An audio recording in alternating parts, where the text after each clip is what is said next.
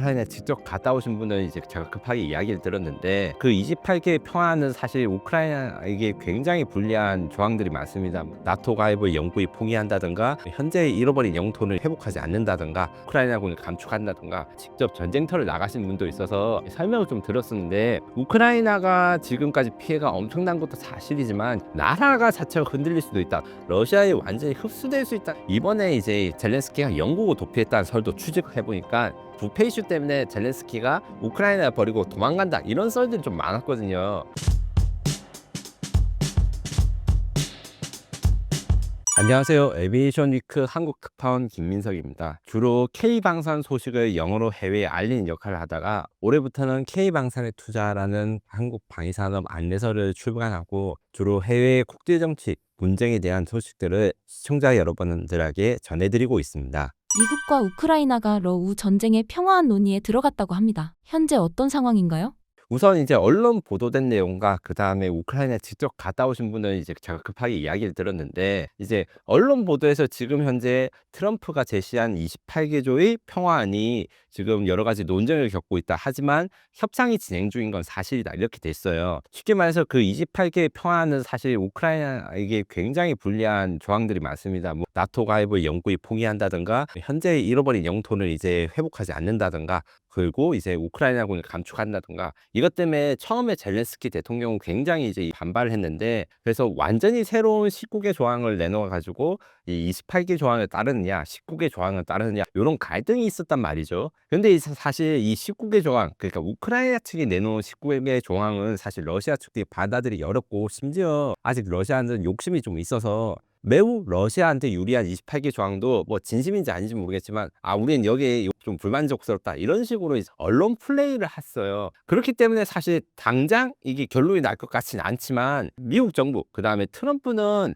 사실 평화 달성이 굉장히 가능할 것 같다고 이제 최근에 트루스 소설이라든가 여러 가지 발표로 뭔가 진전되고 있다 이야기가 많이 나올 것이다 이렇게 나온 상황이에요. 그래서 11월 말에 젤렌스키가 민감한 사항에 대해서 트럼프 대통령과 논의하겠다고 이제 방문할 예정이라 하고 댄 드리스콜 미 육군 장관이 러시아 측과 아부다비에서 협상을 진행 중인 게 지금까지 언론 보도된 내용입니다. 이와 별개로 이제 저는 이제 제가 존경하는 여러분들 중에서 직접 전쟁터를 나가신 분도 있어서 김영미 국제분쟁 PD님이 얼마 전에 우크라이나에 갔다 오셔서 우크라이나 현지 상황이나 이런 거 어떤지 제가 직접 가보진 못했지만 설명을 좀 들었었는데 우크라이나가 지금까지 피해가 엄청난 것도 사실이지만 결국엔 우크라이나 자체는 걱정하는 게 나라가 자체가 흔들릴 수도 있다. 단순히 전쟁에 피해가지고 땅이나 영국토를 뺏긴 게 아니라 러시아에 완전히 흡수될 수 있다는 생각을 하는 점.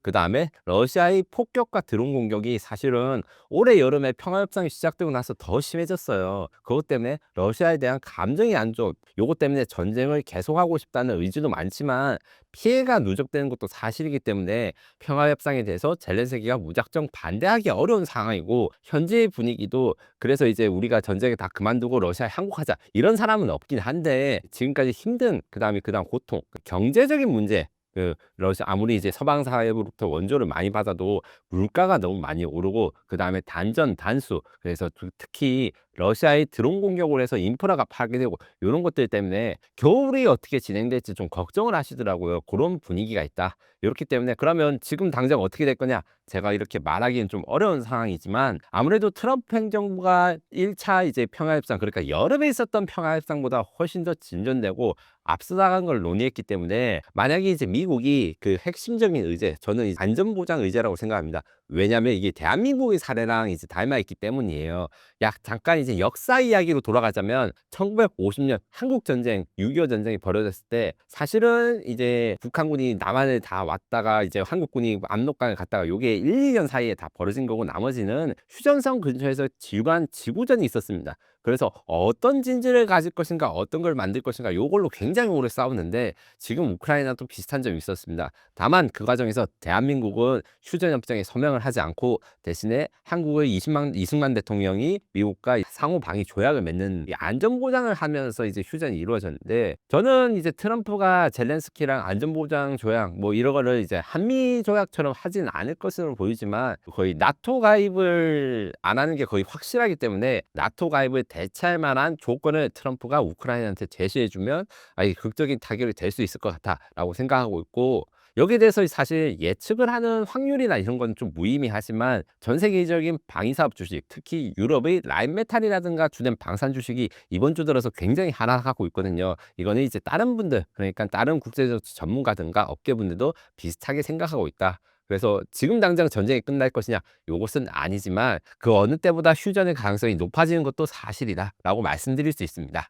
최근 젤렌스키의 영국 도피설이 뜨겁습니다. 이것이 사실인가요? 젤렌스키는 사실 전쟁 초기부터 도망간다 아니면 해외에 많은 자문을 가지고 있다 뭐 이런 것들이 있어가지고 저도 그 소식 그리고 특히 젤렌스키의 부정축제다 이런 거에 대해서 좀 관심 있게 지켜본 편인데 아직까지는 대통령직을 내려놓을 정도로 젤렌스키가 잘못했다라고 보지 않습니다. 왜냐하면 이번에 이제 젤렌스키가 영국을 도피했다는 설도 추적해 보니까 러시아의 이타르탄스 통신이 출처예요. 젤렌스키 대통령이 런던을 방문해가지고 키어 스티머 그 영국 총리와 회담한 것 가지고 망명타진으로 왜곡해서 선전했는데 요거에 대해서는 사실 요 최근에 부패 이슈 때문에 젤렌스키가 우크라이나 버리고 도망간다 이런 썰들이 좀 많았거든요. 그런데 제가 좀 확인해 보니까 젤렌스키 정부의 부패 이슈가 있었던 건 사실이고 거기에 대해서 조사를 하는데 전시 국방부대 조달 문제들이 실제 존재했으나 이제 젤렌스키가 오히려 이 조사의 주체 그러니까 자기 측근들의 비리들을 밝혀내고 이제 검찰에 기소하는데 협조를 하는 상황입니다.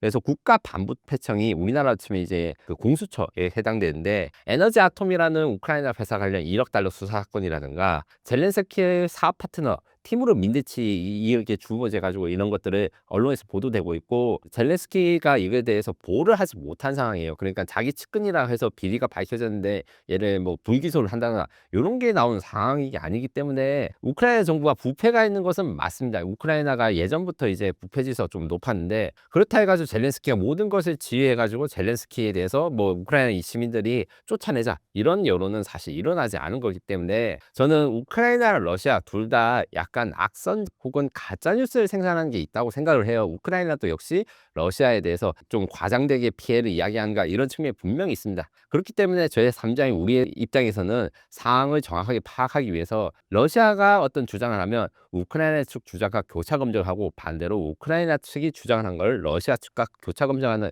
이런 균형 잡힌 시각이 있어야 된다고 저는 생각합니다.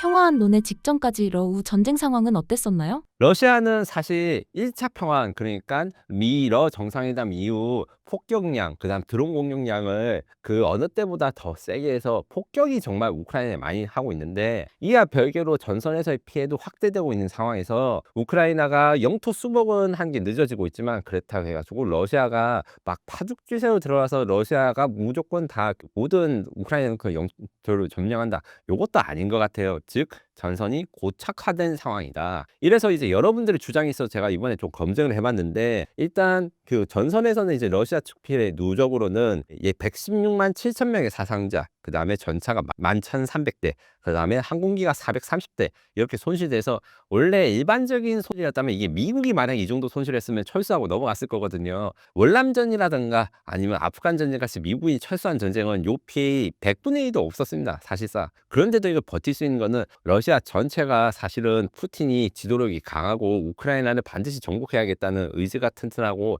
반대 세력이 없기 때문에 이렇게 유지가 가능한 것이고 그래서 러시아의 인적 피해는 물적 피해는 막대한데 러시아가 그 막대한 피해를 이용해서 우크라이나를 점령하고 있는 건 사실이고 우크라이나가 지금까지 잘 버티고 있지만 이제 3년, 4년 차가 됐는데 이게 5년, 10년 할 수는 없는 상황이다. 이게 팩트인 것 같습니다. 그렇다 해가지고 이제 우크라이나가 완전히 이제 밀리는 것은 아닙니다. 지상전에서는 자신들이 빼앗긴 영토를 얻는데 좀 많이 고생을 하고 있어요. 다만 요거를 좀 해결하기 위해서 그 다음에 종전 협상에서 유리한 고지를 차지하기 위해서 우크라이나가 선택한 방법도 폭격입니다. FP5 플라밍고 미사일이라는 신형 미사일들을 사용해가지고 지금 이제 생산이 많이 되고 있는데 원래 우크라이나는 유럽이나 미국에서 장거리 미사일을 수입하지 않으면 모스크바 타격이 불가능하다 이렇게 이야기를 하고 일부 공급이 됐는데 이 플라밍고 미사일은 모든 부품이 이 우크라이나 국산 부품으로 돼 있어서 외부 지원 없이도 장거리 타격할 수 있고 미사일이 굉장히 큽니다. 이게 소형 무인기라고 할 수 있을 정도로 한데 토마호크 미사일이 탄두가 한 500파운드, 230kg, 250kg 정도의 폭약이 있다면 이 플라밍고는 거의 1.5톤 정도의 폭약이 있어서 굉장히 대형 미사일이거든요. 그리고 엔진도 우크라이나에서 만든 엔진을 사용합니다. 그렇기 때문에 요거를 지금 사용해 가지고 지금 이제 피해 현상이 나오고 있고, 그다음에 루타라는 미사일이 새로 이제 데뷔를 했다고 젤렌스키가 발표를 했는데, 드론과 미사일을 장점만을 섞어 가지고 사거리 250km 이상의 장거리 공격을 가는데, 지난 10월부터 실전 사용이 됐는데 이게 좀 전술적으로는 효과가 좀 있는 것 같아요. 그리고 요런 것들을 활용해 가지고 우크라이나는 모스크바 발전소를 타격하는 데 지금 집중하고 있는데, 왜냐면 러시아가 우크라이나를 공격했을 때 우크라이나가 제일 아픈 게 또 발전소였기 때문에 똑같이 공격을 하는 거거든요. 그래서 우크라이나는 러시아 본토의 에너지 인프라, 정유 시설, 특히 모스크바 인근의 정유 시설 타격해서 이제 푸틴의 핵심 계층이라 할 수 있는 모스크바 시민들의 그 여론을 좀 흔들기 위한 시도를 하고 있습니다. 특히 11월 23일 샤투라 화력 발전소 해가지고 우크라이나가 드론 공격을 사용해가지고 대규모 화재 발생하고 수천 가구가 난방이 중단되었습니다. 11월 달만 해도 러시아, 우크라이나 이 둘 다 좀 춥거든요. 이제 1월 달, 12월 달이 되면 이게 지금 11월 달 공격보다 훨씬 더 큰 피해가 생긴 거죠. 난방이 중단되고 이제 정전이 됐을 경우에는. 다만 이게 사실은 이제 전황을 완전히 바꿀 수는 없기 때문에 우크라이나가 빼앗긴 영토를 계속 회복할 수 있는 반겨울 수단을 갖추지 않고 있다라고 정리한 게 정확할 것 같습니다. 우크라이나 국방부 정보국에 따르면 시베리아 횡단철도 폭발 사건의 배후를 자처했습니다. 해당 내용을 설명해 주신다면요? 우크라이나 정보부는 사실 굉장히 뛰어나고 전 세계적으로 탑급의 능력을 가지고 있다고 인정을 할 수밖에 없는데, 전쟁이 시작되는 동안 우크라이나는 저번에 이제 스파이더웹 작전 같이 우크라이나 아주 멀리 떨어진 러시아 본토의 공군기지를 타격했을 뿐만 아니라 아프리카에서도 작전을 해가지고 아프리카에 있는 러시아의 민병대 이런 것들을 소탕한 작전을 벌이거나 이런 국제 작전을 굉장히 잘 벌이고 있어요. 저희가 배워야 될 건데, 이 관점에서 봤을 때 시베리아 횡단 철도에 대한 폭발 사건으로 이제 우크라이나 정부 GUR이 자신들이 했다 이렇게 선언하는 사건이 있었습니다. 2025년 11월 13일 포스크스 소송카 마을, 그러니까 러시아 중국 국경에 25km 가까운 데서 폭발이 일어났는데, 요거는 어느 정도냐면 한국과 굉장히 가까운 거리예요. 이게 북한 국경이랑 사실상 가까운 거거든요. 북중로 국경에 맞닿아 있는 두만강 근변에 있는 철도가 폭발이 됐고, 그걸 우크라이나가 성공을 했다. 이게 굉장히 중요합니다. 만 킬로 떨어진 데서 특수작전을 할 수 있는 사례는 굉장히 흔치 않고, 사실 대한민국이 아주 제가 K방산, 우리 대한민국 우상 군사를 이야기를 하는데, 대한민국이 가장 멀리서 군사작전한 것은 이제 아덴만의 연명작전이라고 해서 바다에 떠있는 배에 대테러 작전한 게 이게 제일 멀리 떨어진 거거든요. 근데 그거보다 훨씬 어려운 거를 사실 우크라이나가 성공을 한 것이죠. 그러면 이렇게 멀리 떨어진 우크라이나에서 멀리 떨어진 태평양이라고 러시아는 표현하는데, 이 지역에서 공격이 일어난 거는 아무래도 북한과의 연관이 있다, 이렇게 해석할 수 있습니다. 이 루트는 북한 나진항에서 출발해가지고 이제 모스크바까지 직통으로 가는 트랜스시베리아, 시베리아 횡단 철도라고 하는데, 유튜브에 여기 영상들을 좀 보실 수 있어요. 사람이 지나가고 하는데 이게 화물 열차로서도 굉장히 중요하다고 합니다. 특히 그 북한에서 이제 KN-23 탄도미사일, 152mm 자주포탄 등 핵심 전쟁 물자를 이제 계속 실어 날려가지고 거의 650만 발 이상이 북한에서 러시아로 실어 갔다 해요. 요 복로를 끊어버렸다는 걸 보여줬기 때문에 러시아한테는 굉장히 큰 압박이 될 수 있다고 하고, 요게 끊어지면 이 대체할 루트가 없다고 합니다. 그 점에서 아마 러시아의 좀 약점을 보여줬다 하는데, 다만 이제 그 최근에 들어서 이제 그 해외 정부를 보면 러시아와 북한의 관계가 지금까지 멀쩡한가, 요게 잠깐 의심이 있어요. 2023년 이후 제가 650만 발의 포탄을 공급했다고 했는데, 2025년에 9월 달에는 포탄이 발견된 게 없고 10월 달에는 아주 적은 양만 배송되었다고 해외 정부 당국이 발표하는 것을 봐서 이 나라들도 또 뭔가 우리가 모르는 뒷사정이 좀 있는 것 같습니다. 러우 전쟁이 종전에 이르기까지 현재 어느 정도까지 와 있다고 생각하시나요?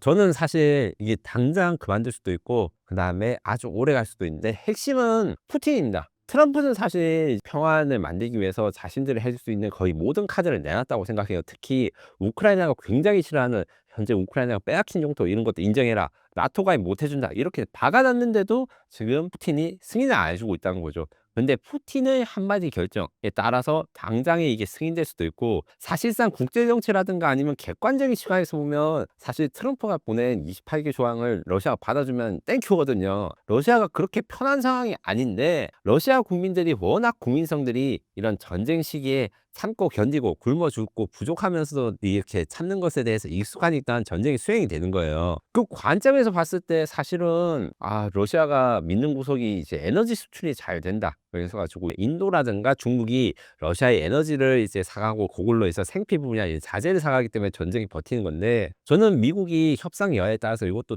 다시 협상할 수도 있고, 특히 관세를 무기를 하면 이게 좀 먹힐 수도 있다고 생각하거든요. 근데 그것까지는 못하는 것을 봐서 저는 이렇게 말하면 답을 안 내는 거와 비슷하게 생각하지만, 지금 현재 2차 휴전 협상의 성공 가능성은 저 30% 정도로 생각합니다. 다만 이제 푸틴이 어느 순간 갑자기 개시가 내려가지고 이렇게 태도가 돌변하게 되면 갑자기 어느 순간 휴전이 될 수 있는, 그리고 사실 객관적으로 봤을 땐 지금 휴전이 돼도 이상하지 않은 상황이다, 이렇게 정리를 할 수 있습니다. 그리고 지금 현재 제 말이 뒷받침할 수 있는 게, 휴전 협상이 1차 러시아랑 미국의 협상, 그러니까 정상회담 때가 훨씬 진정됐어. 이게 조항도 나오고, 그 다음에 제가 앞서 말했듯이 11월 23일 제네바에서 23개 휴전 조항이 13개, 19개 이렇게 이제 조정되는 과정이 있다는 것 자체가 진전이거든요. 그런데 이제 푸틴이 좀 양보하기 어려운 건 도네츠크 문제입니다. 도네츠크의 지위를 이게 러시아가 완전히 가져가야지, 이게 사실은 도네츠크 지역은 러시아 우크라이나에서 이제 우리가 부르기 훨씬 이전부터도 국경 문제의 형태로 계속 지속되었기 때문에 반드시 가져와야 되고, 반대로 이제 우크라이나는 이에 대해서 조금이라도 지켜야 되거든요. 이 협상을 어떻게 봐야 될 것인가 라고 생각하고, 젤렌스키 트럼프 정상회담에 주목해야 된다는 해외 전문가들이 많습니다. 제가 11월 달에 방문을 한다 했죠, 젤렌스키가 미국에. 근데 젤렌스키가 이제 나토 가입을 거절하는 그 미국의 입장은 변할 수 없는데, 그럼 나토 가입 대신에 뭘 달라 이렇게 요구 리스트가 있을 겁니다. 그거를 어떻게 잘 제시를 하는가, 요게 사실 우크라이나 운명을 바꿀 수도 있을 것 같습니다. 젤렌스키가 협상을 잘하면 나토 가입을 못하는 대신에 우크라이나에 안전보장을 하는 여러 가지 장치를 받을 것인데, 솔직히 제가 젤렌스키라면 굉장히 고민될 것 같아요. 왜냐하면 제일 좋은 건 사실 나토 가입인데 그게 안 된다고 하니까 그렇습니다.